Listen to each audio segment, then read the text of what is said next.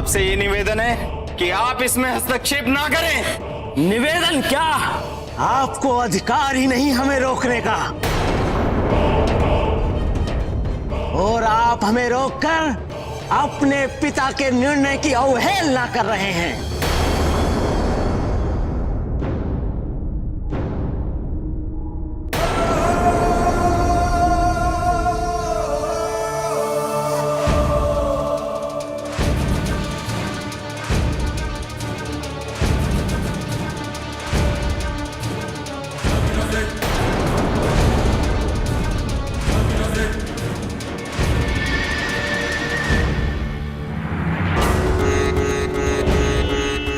कार्तिकेय,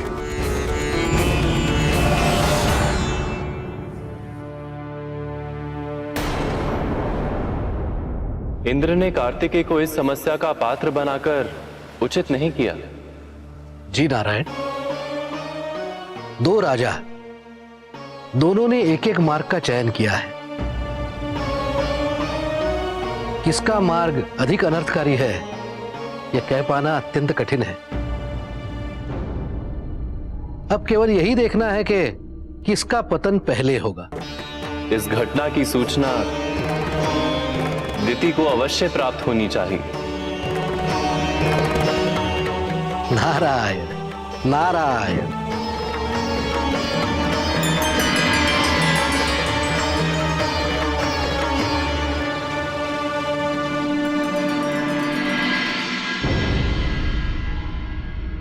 भैया, हमें बिना विलंब किए पिताजी से इस विषय में बात करनी चाहिए। अवश्य। चलो गणेश।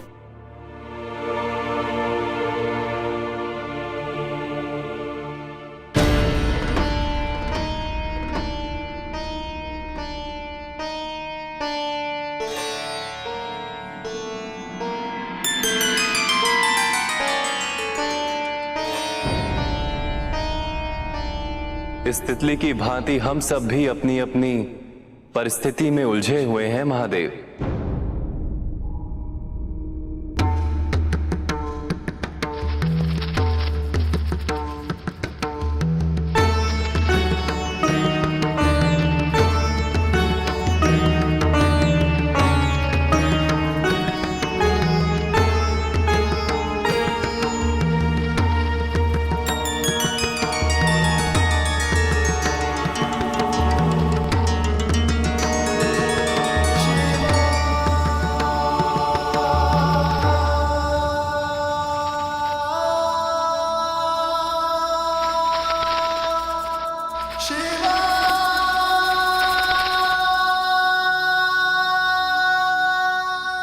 हाँ नारायण, समय आ गया। अगला चरण आरंभ होने को है महादेव।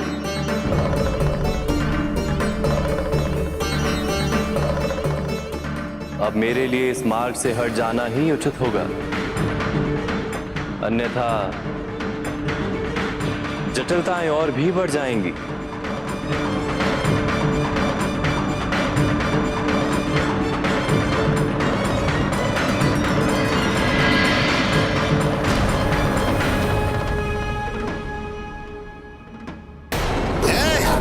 रुक जाओ स्वामी, हम तुम्हारे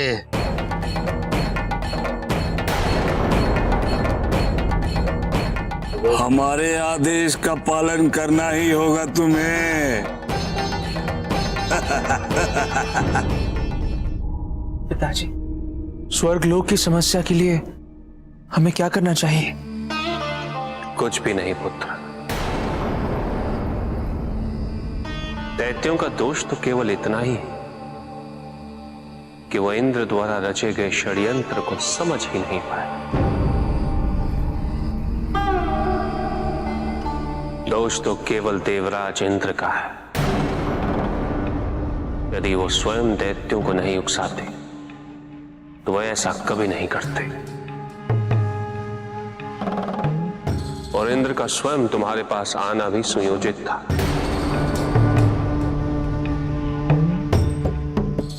ताकि दैत्य तुम्हारे साथ दुर्व्यवहार करें और मैं उन्हें स्वर्ग से निकाल कर दंडित करूं। तो दैत्य स्वर्ग में ही रहेंगे। अनुशासन और आचरण की आवश्यकता स्वयं इंद्र को है। इंद्र को यह स्वयं सुनिश्चित करना है कि दैत्यों के साथ कोई दुर्व्यवहार ना हो, और उसे स्वयं यह भी सुनिश्चित करना है कि वे दैत्यों को किसी भी प्रकार से उत्तेजित न करें। पिताजी, आप और माँ कैलाश से दूर होते हैं तभी कोई अघटित घटना घटती है। हम शीघ्र लौटेंगे पुत्र, किंतु हमारी अनुपस्थिति में यदि कैलाश पे कोई भी समस्या उत्पन्न हो तो तुम दोनों दृढ़ होकर उसका सामना अवश्य करना।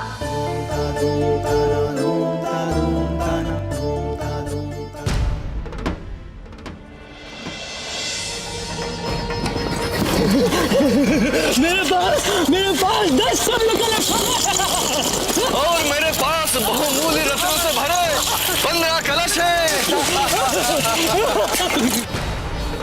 हमें क्षमा कर दीजिए प्रभु, सारा दोष हमारा है। हमें देवराज की बातों में नहीं आना चाहिए था।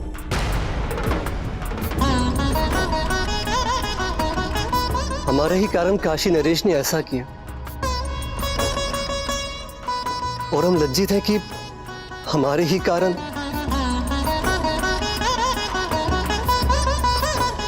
किंतु हम पुनः काशी जाएंगे और प्रयास करेंगे। नहीं, किसी भी देवता का स्वयं काशी जाना ब्रह्मदेव द्वारा दिए गए वरदान की अवहेलना होगी। आप सभी प्रस्थान करें। किंतु प्रभु, अब क्या होगा? वही जो पूर्व निर्धारित है।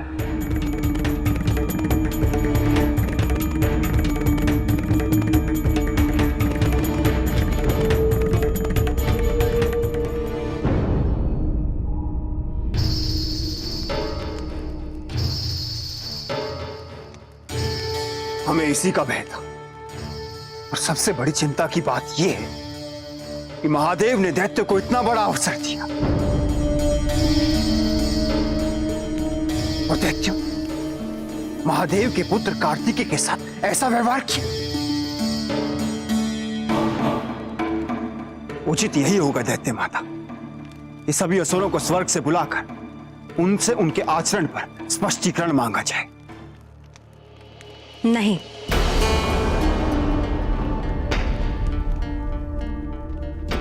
जो कुछ भी हुआ उसका दोषी इंद्र है, निसंदेह है। उसी के द्वारा कोई षड्यंत्र रचा गया है। दैत्यों को स्वर्ग से लौटने का आदेश देना अर्थात ये स्वीकार कर लेना कि दोषी वही है।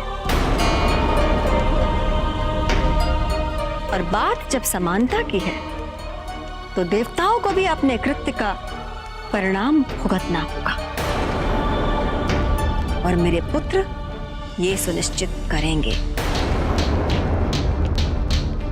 इंद्र के साथ अन्य देवताओं को भी मेरे पुत्र उनके इस षड्यंत्र का उत्तर देंगे,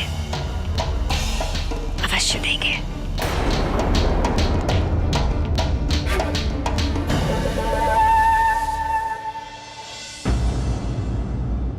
इस घटनाक्रम को देखिए स्वामी। कैलाश में जो महाभोज हुआ उससे 2 समस्याएं उत्पन्न हुई, और परिणाम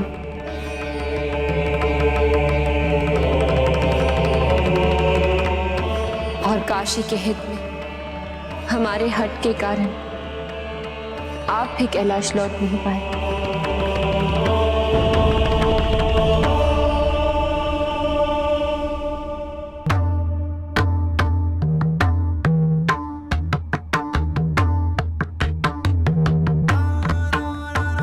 कुछ भी अकारण नहीं होता है पार्वती। जो भी हो रहा है उचित समय आने पर उसका उद्देश्य स्वयं प्रत्यक्ष हो जाता है।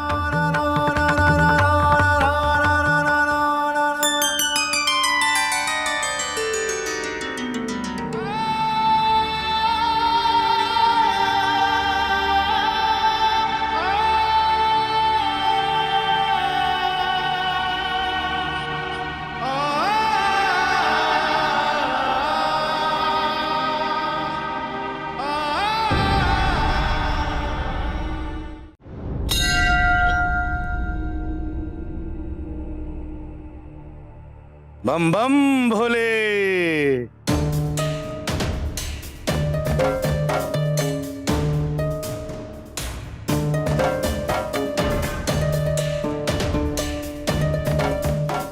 आयुष चिरंजीव रहो, पुजारी जी। सुखी रहो। मैंने तुझे समझाया था ना कि मृत व्यक्ति की आत्मा की शांति के लिए भगवान को मनाना पड़ता है। दान धर्म भोज आवश्यक है, और ये सब मैं अपने लिए नहीं मांग रहा हूँ। सुखी रहो। किंतु पुजारी जी, मैं निर्धन हूँ। मेरे पास दान के लिए, भोज के लिए इतना धन नहीं है पुजारी जी। तो फिर भटकने दे अपने पिता की आत्मा को। अकारण ही इतना व्याकुल क्यों है उनकी आत्मा की शांति के लिए? एक बात स्मरण कर ले कि मैं पुजारी हूं, व्यापारी नहीं कि तू प्रतिदिन आएगा और मुझसे मोल भाव करेगा। यदि समझ गया है तो पथ छोड़ दे। यजमान आ रहे हैं। पधारिए जजमान, पधारिए। आप जैसे भक्तों की उदारता से ही तो इस मंदिर की शोभा बढ़ती है। आइए आइए, पधारिए। पथ छोड़, पधारिए। क्या हो गया? इतनी मंद गति से क्यों चल रहे हो मंदबुद्धियों? गति बढ़ाओ।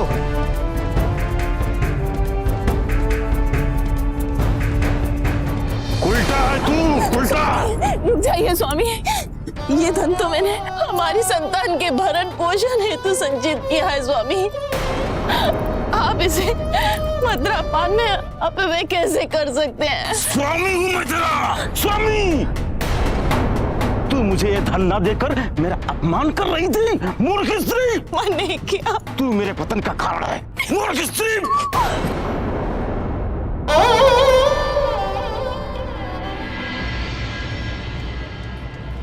समझ नहीं आता कि सभी पुरुषों को क्या हो गया है। सभी के सभी भोग विलास से ग्रस्त हो चुके हैं। किसी को कोई चिंता नहीं, सभी साहूकारों से ऋण लेते ही जा रहे हैं। ये भी नहीं सोच रहे हैं कि लौटाएंगे कैसे। हाँ बहन, ऋण का भुगतान न होने पर साहूकार भी नैतिकता की सीमाएं लांघते जा रहे हैं। क्या कहा? ऋण भुगतान है, तेरे पास कुछ भी नहीं है। ये क्या है? तेरी पुत्री।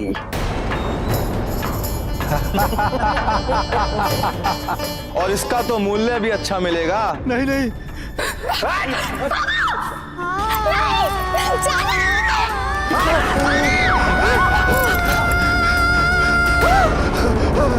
मेरी पुत्री।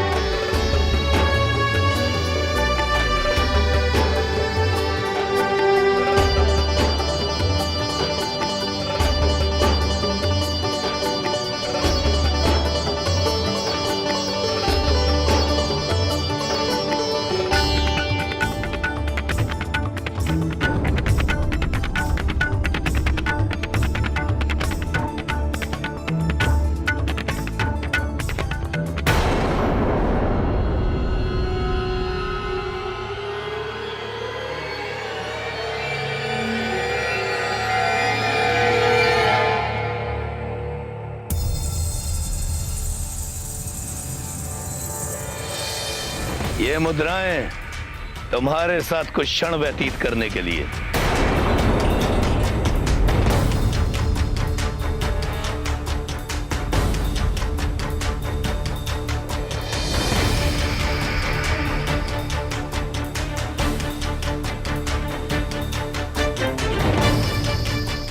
किंतु मेरा ये समय किसी और के लिए समर्पित है।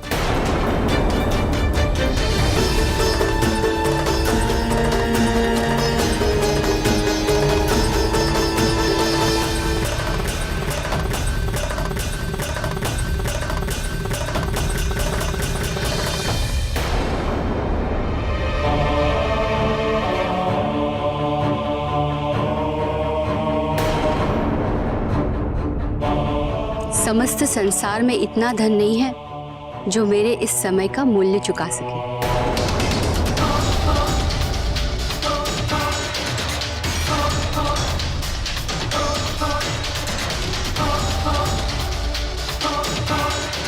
कौन है वो जिसके लिए तुम इतनी स्वर्ण मुद्राओं को अस्वीकार कर रही हो?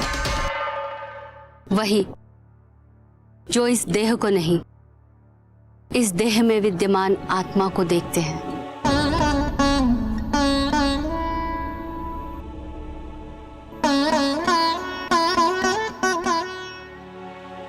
आत्मा? महानंदा, एक गणिका के मुख से ऐसी बातें शोभा नहीं देती।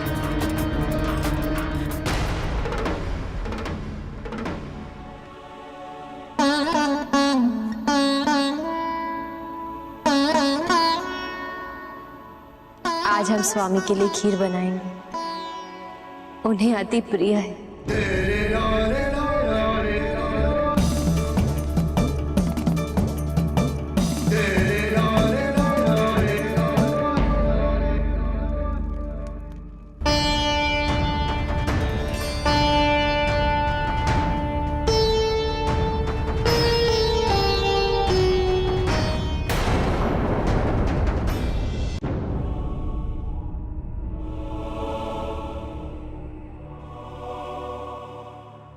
क्यों आती है प्रतिदिन तू यहां, जबकि तू जानती है कि तेरे जैसी अपवित्र स्त्रियां इस परिसर में वर्जित है?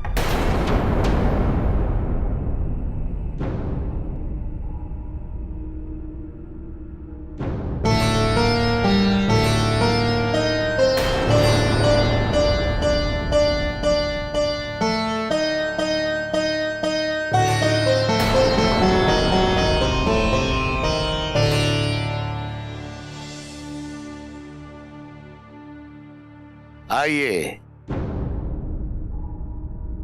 प्रदोष व्रत पूर्ण करने के लिए 2 लिंगों के दर्शन करना महत्वपूर्ण होता है।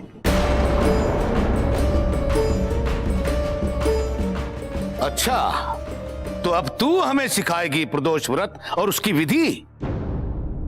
प्रदोष व्रत की विधि नहीं समझा रही, आपको सूचित कर रही हूँ। मेरे प्रदोष व्रत संपन्नता हेतु बुद्धातेश्वर लिंग और भूतेश्वर लिंग के दर्शन करना अनिवार्य है। कर्म पापियों के और प्रदोष व्रत?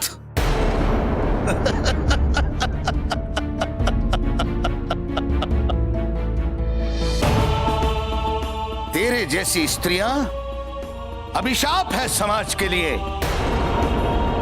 न जाने कितने घर, कितने परिवार नष्ट होते हैं तुझ जैसी स्त्रियों के कारण। अब ये भी मुझे समझाना होगा। और क्या मुझे ये बताना होगा कि महादेव के मंदिर में भेदभाव महादेव के दर्शन शास्त्र के विरुद्ध है, महादेव की महिमा के विरुद्ध है? क्या मुझे ये बताना होगा कि महादेव के मंदिर में इस प्रकार के कुवाक्य कहने वाला एक पाखंडी ही हो सकता है, जो महादेव के विचारधारा से अनभिज्ञ है? यदि इस मंदिर में किसी का प्रवेश वर्जित करना ही है तो तुझ जैसे ढोंगियों का।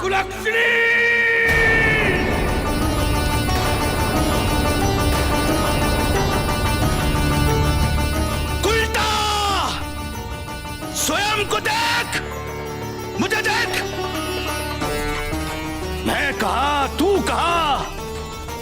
स्थान कहाँ, मेरा स्थान समाज में कहाँ?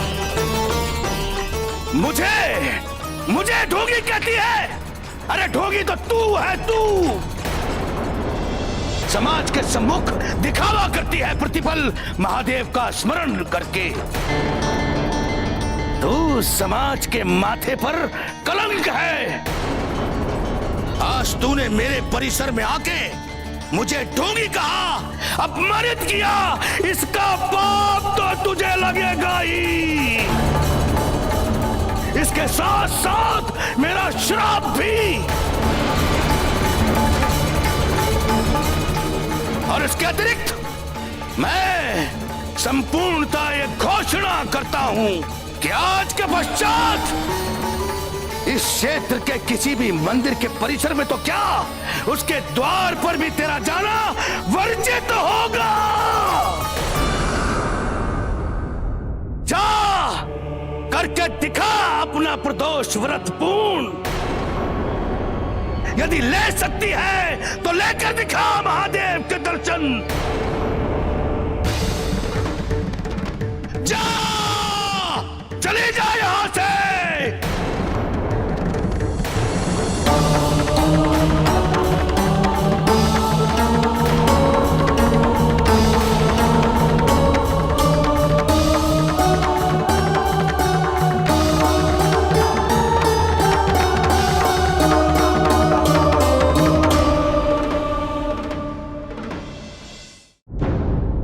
दया करो मुझ पे, दया करो, जाने दो हमें। दया ही तो कर रहे हैं तेरे ऊपर, तेरे प्राण ना लेकर, सिर्फ तेरा क्रय विक्रय कर रहे हैं। बोलो क्या मूल्य लगाते हो इसका? बोलो इसका क्या मूल्य लगाते हो?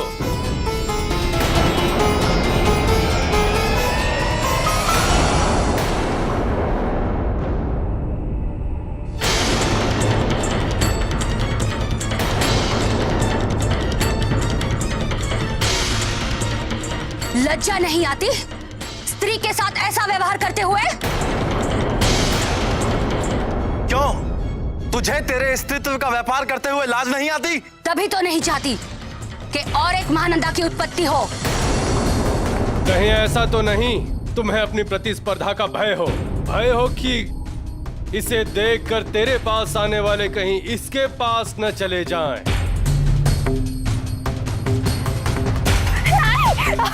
छोड़ दो हमें। मैंने कहा ना, मुक्त कर दो इसे।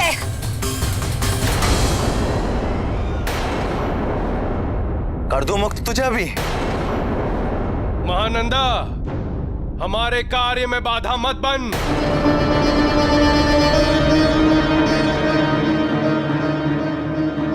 हे महादेव,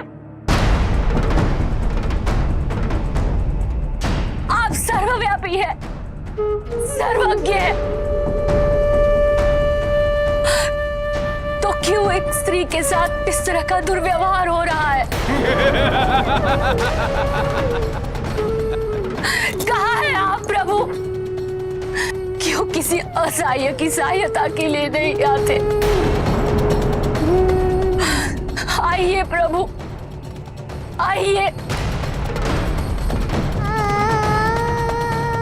मैंने कभी आपका अपने लिए आह्वान नहीं किया, लेकिन आज इस कन्या के लिए आपका आह्वान करती हूँ।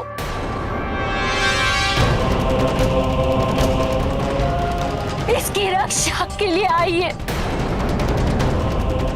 यदि मेरी भक्ति आपके प्रति सच्ची है तो आइए प्रभु, अविलंब आइए, अविलंब आइए।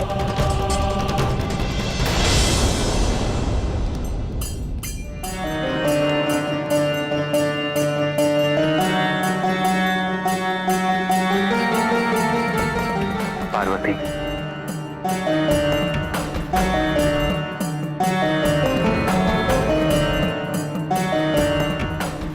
पार्वती, एक भक्त ने मेरा आह्वान किया है, मुझे इसी क्षण जाना होगा।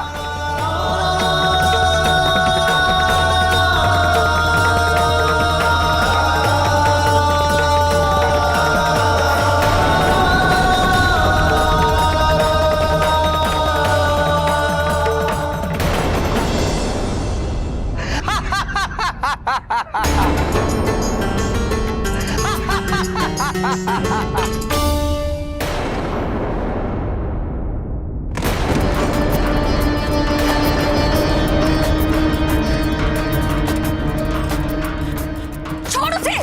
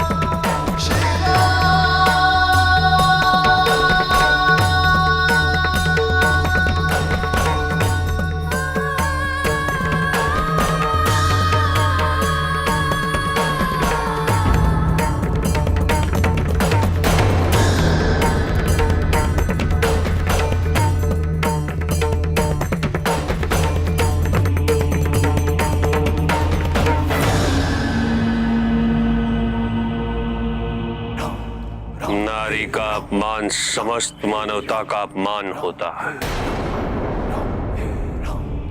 समस्त सृष्टि का अपमान होता है, प्रकृति का अपमान होता है, और प्रकृति का अपमान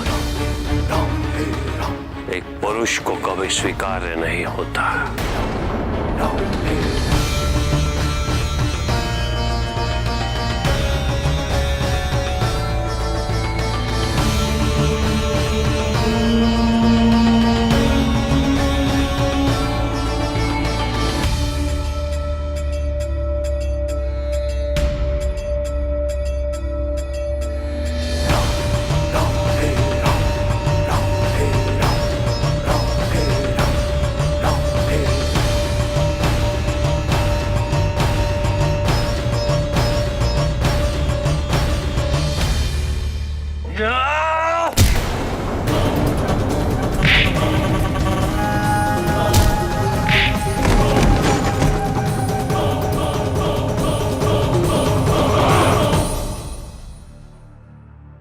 महानंदा, तेरी रक्षा करने के लिए यह सदैव तेरे साथ नहीं होगा। हम अवश्य आएंगे, हम अवश्य आएंगे।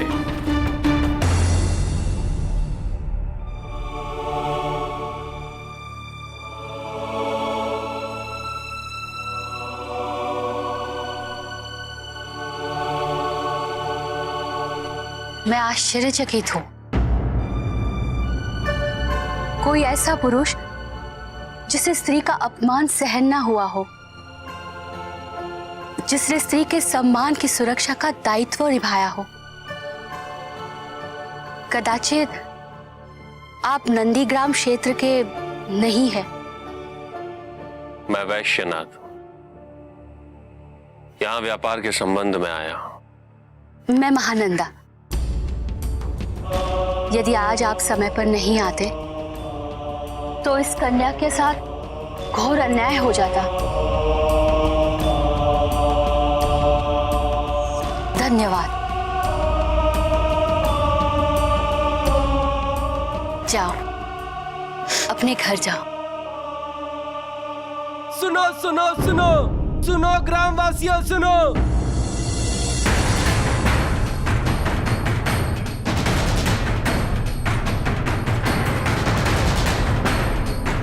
सभी ध्यान से सुनो। हुतात्रेश्वर मंदिर के मुख्य पुजारी जी का आदेश सुनो। आज से हमारे समाज की कलंकित स्त्रियों का, विशेष रूप से गणिकाओं का, और गणिकाओं में भी महानंदा का, इस नंदीग्राम क्षेत्र के समस्त मंदिरों के समीप आना भी धर्म भ्रष्ट करने के समान होगा। आज इस क्षण से महानंदा और उसकी जैसी अन्य स्त्रियां किसी भी मंदिर में नहीं दिखनी चाहिए, अन्यथा प्रलय आएगा।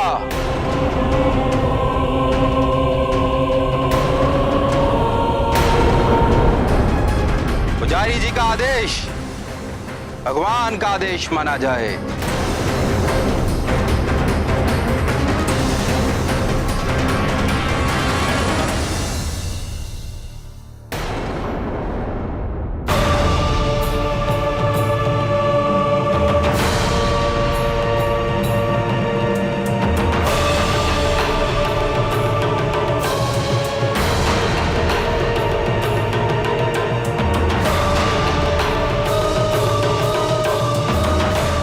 एक अहंकारी पुजारी को दर्पण दिखाने का दंड है ये।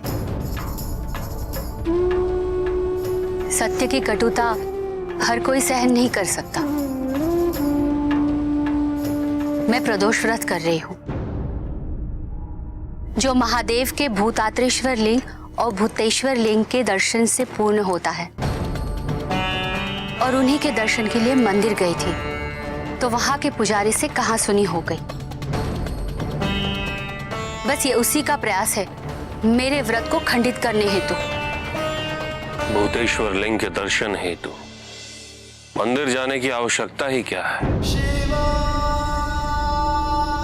महादेव की आराधना के लिए किसी स्थान की अनिवार्यता नहीं है। वो तो कभी भी, कहीं भी, किसी भी समय की जा सकती है।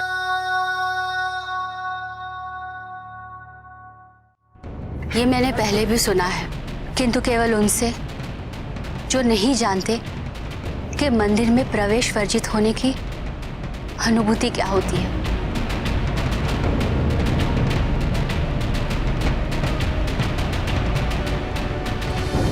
महादेव नंदी ग्राम में है और उनकी अनुपस्थिति में देवी पार्वती मंदार पर अकेली, कैलाश से दूर, ना ही कार्तिक के गणेश उनके साथ हैं, ना ही नंदी और ना ही गणप्रेत। स्वामी, मेरी इच्छा है कि मैं उनके पास जाऊं और कुछ समय के लिए उनका एकाकीपन दूर करूं। अवश्य जाइए, किंतु स्मरण रहे, प्रायः एकाकीपन का आभास किसी के आ जाने से और भी तीव्र हो जाता है।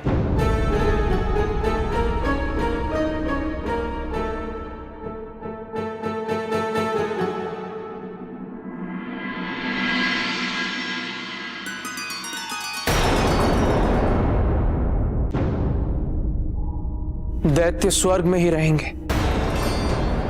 आचरण और अनुशासन की आवश्यकता तो आपको है देवराज। अब आपको यह सुनिश्चित करना है कि दैत्यों के साथ कोई दुर्व्यवहार ना हो। आपको यह सुनिश्चित करना है कि आप दैत्य को किसी भी प्रकार से उत्तेजित ना करें,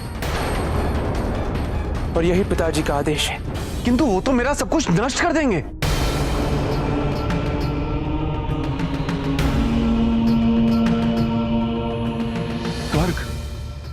स्वर्ग लोक का सब कुछ नष्ट कर देंगे वो।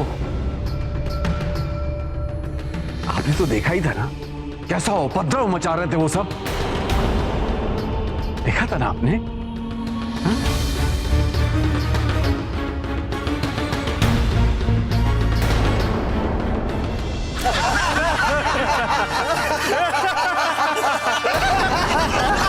ये देखो, काशी से निकाल दिए गए हैं।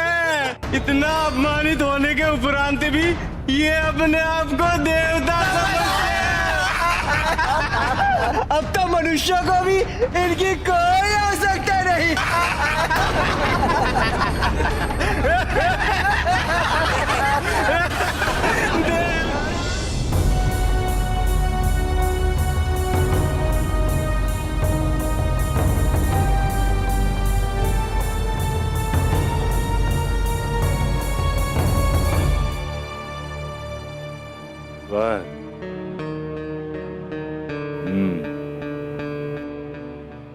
देखते ही देखते वो दुष्ट मेरा सिंहासन भी छीन लेंगे।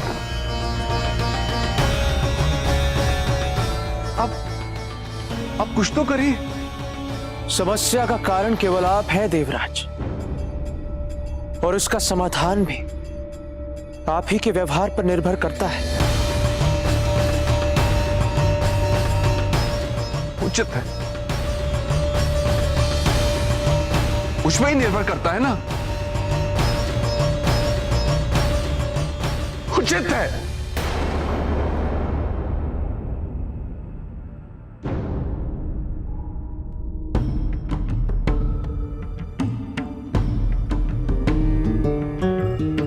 प्रदोष व्रत की पूर्णता हेतु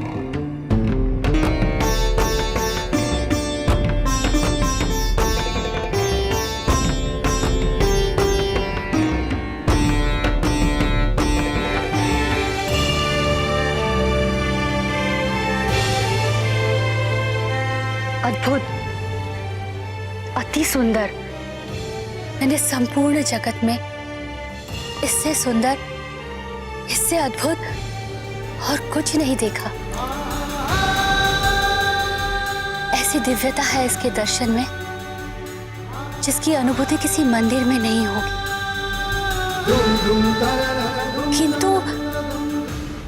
किंतु ये आपको कहां से प्राप्त हुआ वैश्यनाथ? मैं स्वयं महादेव का भक्त हूं। उनकी आराधना करने हेतु ये शिवलिंग सदैव साथ लेके चलता हूं। इस भूतेश्वर लिंग की आराधना कर तुम अपना प्रदोष व्रत पूर्ण कर सकती हो।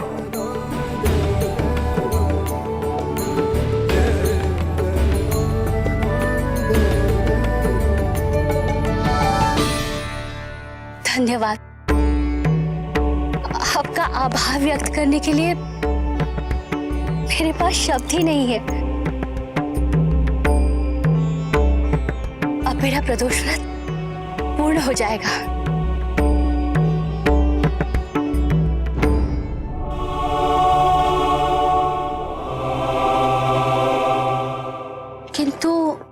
किंतु जो मैंने अनुष्ठान रखा है वो कैसे संपन्न होगा? उस मंदिर के पुजारी हर संभव प्रयत्न करेंगे मेरे अनुष्ठान में बाधा उत्पन्न करने का। तो जब तक तुम्हारा यह अनुष्ठान संपन्न नहीं हो जाता, मैं स्वयं तुम्हारा संरक्षण करूंगा।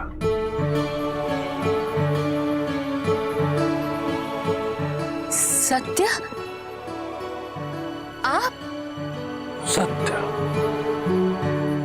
किंतु तुम्हें मुझे यह आश्वासन देना होगा कि चाहे कुछ भी हो जाए, तुम्हारा विश्वास मुझ पर सदैव दृढ़ रहेगा और तुम प्रतिपल मेरे साथ रहोगी। अवश्य वैश्यनाथ, अवश्य। मैं महानंदा इस शिवलिंग को साक्षी मानकर आपको वचन देती हूं, यदि मेरे वश में होता मैं आजीवन आप जैसे महापुरुष की सेवा में रहती।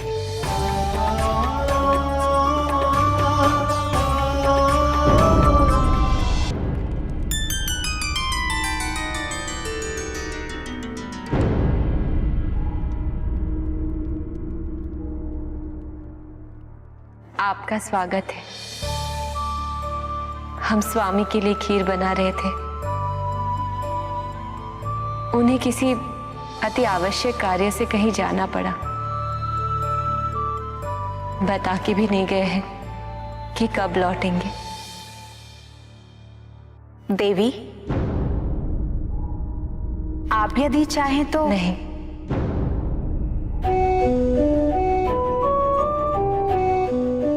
भविष्य की चिंता हेतु हम वर्तमान को व्यर्थ नहीं करना चाहते। और आपको तो सब कुछ ज्ञात है, फिर भी आप मस्तिष्क तो समझता है कि स्वामी के लिए उनके भक्तों के प्रति दायित्व सर्वोपरि है। किंतु ये हृदय इसके लिए कोई भी कारण पर्याप्त नहीं होता। इसे कुछ भी स्वीकार्य नहीं। जिस क्षण से स्वामी गए हैं तब से हृदय को केवल यही व्याकुलता है कि वो कब लौटेंगे। देवी, आपका ही नहीं अपितु प्रत्येक स्त्री का हृदय ऐसा ही होता है।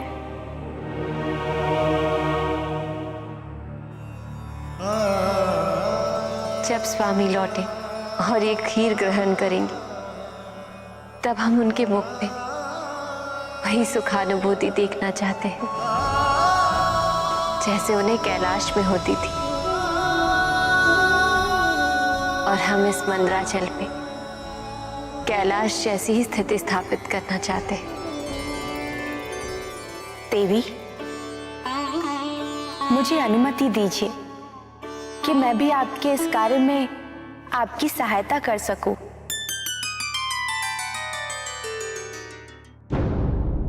मेरे स्वर्ग पे कैसा अत्याचार हो रहा है। महादेव ने दैत्यों के साथ तो न्याय किया, किंतु मेरे साथ घोर अन्याय, घोर।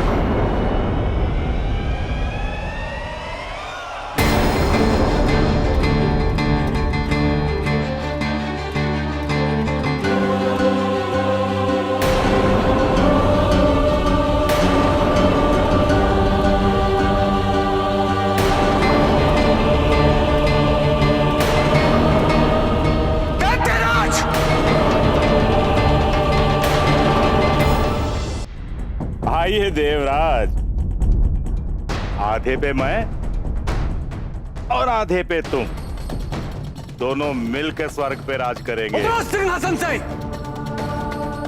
मेरे सिंहासन को अपवित्र करने का दुस्साहस भी कैसे किया तुमने?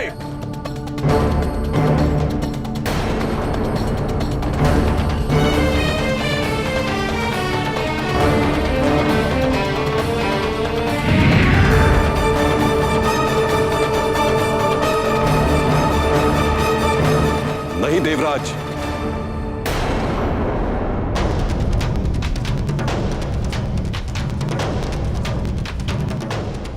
दैत्यों को स्वर्ग में स्थान महादेव ने दिया है।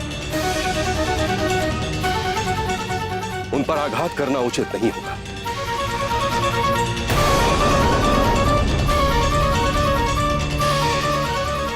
और दैत्यराज, महादेव की इच्छा का सम्मान आपको भी करना होगा। महादेव ने आपको स्वर्ग में केवल स्थान दिया है, स्वर्ग का आधिपत्य नहीं। ये सिंहासन देवराज के लिए, देवताओं के राजा के लिए, स्वर्ग के स्वामी के लिए है ये सिंहासन।